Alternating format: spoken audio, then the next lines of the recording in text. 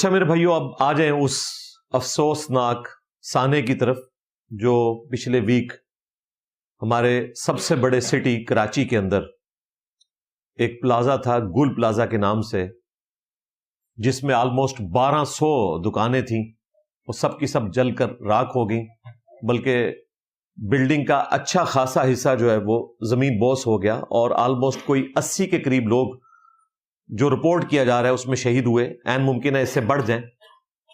ابھی تو وہاں سے ملبہ ریموو کیا جا رہا ہے۔ میں گورنمنٹ سے بھی ریکویسٹ کروں گا کہ یہ جو آپ ملبہ ریموو کر رہے ہیں تو اس میں آپ نے یہ بھی خیال کرنا ہے کہ کئی لاشیں تو جل کے راکھ ہو چکی ہوں گی، وہ بھی اس میں چلی جائیں گی اور بعد میں پتہ ہی نہیں چلے گا، وہ گم شدہ حضرات میں ہی شمار کیے جائیں گے ایسے لوگ۔ اس لیے بڑی احتیاط سے اس معاملے کو لے کر چلیں۔ ڈی این اے ٹیسٹ کے ذریعے چند ایک لاشوں کی شناخت ہو گئی ہے، باقیوں کی بھی جاری ہے۔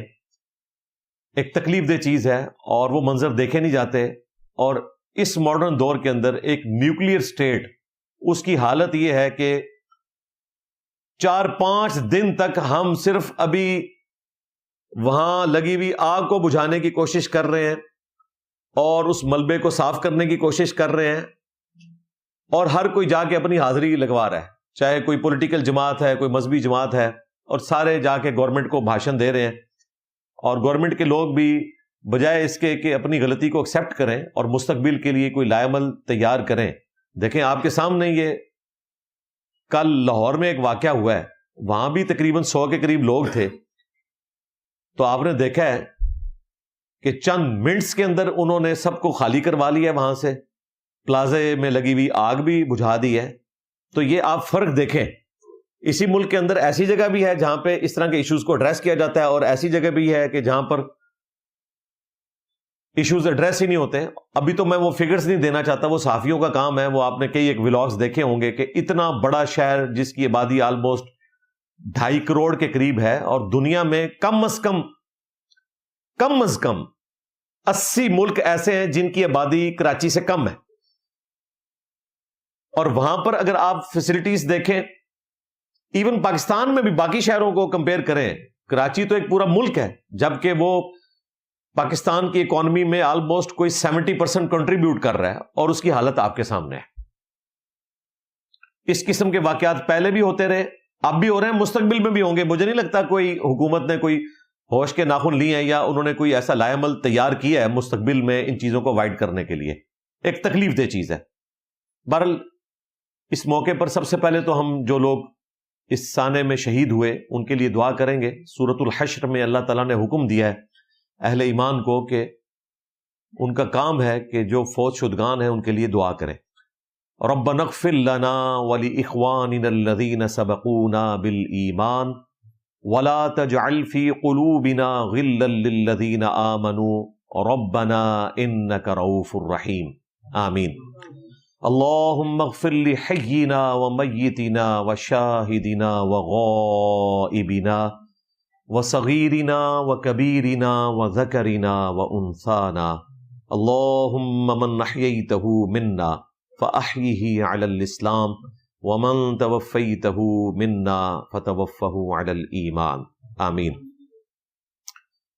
اللہ تعالیٰ ان سب لوگوں کی غلطیوں سے درگزر فرمائے اور ان کی اس شہادت کو ان کے گناہوں کا کفارہ بنا دے۔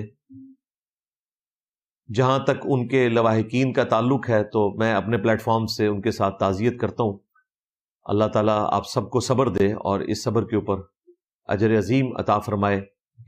انا للہ و انا الیہ راجعون، اللہم اجرنی فی مصیبتی واخلف لی خیرا منہا۔ ہم اللہ کی طرف سے آئے تھے، ہم نے لوٹ کر اللہ ہی کے پاس جانا ہے۔ اللہ کی طرف سے ہی تکلیف آتی ہیں، اور تکلیف نے بھی لوٹ کے اللہ ہی کے پاس جانا ہے۔ جس دن انسان مرے گا اس دن تو تکلیف ختم ہو جائے گی نا۔ تو ایک مسلمان کی روش یہ ہے کہ خوشی اور غمی دونوں میں اپنے رب کو پکارنا ہے۔ تو میں نے وہ دعائیں کر دی جو قرآن و سنت میں آئی ہیں، اور یہ دعا تو میں نے بارہا بتائی ہے، انا للہ و انا الیہ راجعون، اللہم اجرنی فی مصیبتی واخلف لی خیرا منہا۔ اس کانٹیکسٹ میں جو صحیح مسلم میں حدیث ہے، ام سلمہ کہتی ہیں کہ جب میرے خاوند فوت ہوئے تو میں نے نبی الاسلام کی یہ دعا یاد کی ہوئی تھی کہ جو یہ دعا پڑھے گا اللہ تعالیٰ اسے اس کا بہتر نعم البدل عطا فرمائے گا۔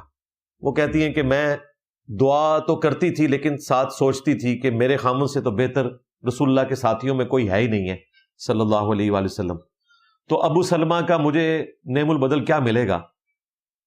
پھر اللہ کا کرنا یہ ہوا کہ جب عدت پوری ہوئی تو خود اللہ کے محبوب صلی اللہ علیہ وآلہ وسلم نے پیغام نکاح بھجوا دیا اور وہ ہماری ماں بن گئی، اور یہ ہماری وہ ماں ہے جو سب سے آخر میں فوت ہوئی ہیں 64 ہجری میں۔ نبی علیہ السلام کے بعد بھی یہ 53 سال تک زندہ رہی، اور واقعہ کربلا ان کی زندگی میں ہوا ہے 61 ہجری کا۔ اور اکثر جو اہل البیت سے متعلق، مولا علی سے متعلق، مولا حسین سے متعلق احادیث ہیں فضائل کے اوپر، اور کربلا سے متعلق وہ ام سلمہ نے ہی روایت کی ہوئی ہے۔ تو یہ دعا انہوں نے مانگی تھی اور اللہ تعالیٰ نے انہیں بہتر نعم البدل دیا، یعنی غم کی خبر کو خوشی میں بدلنے کی یہ دعا ہے۔ تو اللہ تعالیٰ انہیں بھی بہتر نعم البدل اس اعتبار سے عطا فرما دے۔ باقی بخاری اور مسلم میں حدیث موجود ہے کہ 5 طرح کے لوگ شہداء شمار کیے جاتے ہیں اللہ کے حضور۔ اس میں پہلے نمبر پر جو اللہ کی راہ میں مارا جائے قتال کرتے ہوئے میدان جنگ میں، وہ تو شہید ہے۔ نمبر 2، طاعون کے مرض میں، کسی وبائی مرض میں، اسپیسیفکلی طاعون کا ذکر آیا۔ نمبر 3، پیٹ درد سے مرنے والا۔ نمبر 4، دیوار کے نیچے دب کر مرنے والا، کسی بلڈنگ کے نیچے زلزلے کی وجہ سے، کسی اور وجہ سے۔ اور نمبر 5، پانی میں ڈوب کے مرنے والا۔ یہ اللہ کے حضور شہید لکھا جائے گا، بشرطے کہ وہ کسی پازیٹیو کام کے لیے جا رہا ہو۔ یہ نہیں ہے کہ وہ کسی لانچ میں ہیروئن سمگل کر رہا ہے اور وہ ہیروئن سمگل کرتے ہوئے ڈوب کے مر گیا تو شہید لکھا جائے گا، نہ، ایسا کوئی شہید نہیں ہے، بالکل 0 سے ملٹیپلائی۔ یہ 5 شہداء تو آئے بخاری مسلم میں۔ سنن نبی داؤد اور سنن نسائی کے اندر مزید 2 شہداء کا ذکر ہے، ان میں سے ایک آگ میں جل کر مرنے والا۔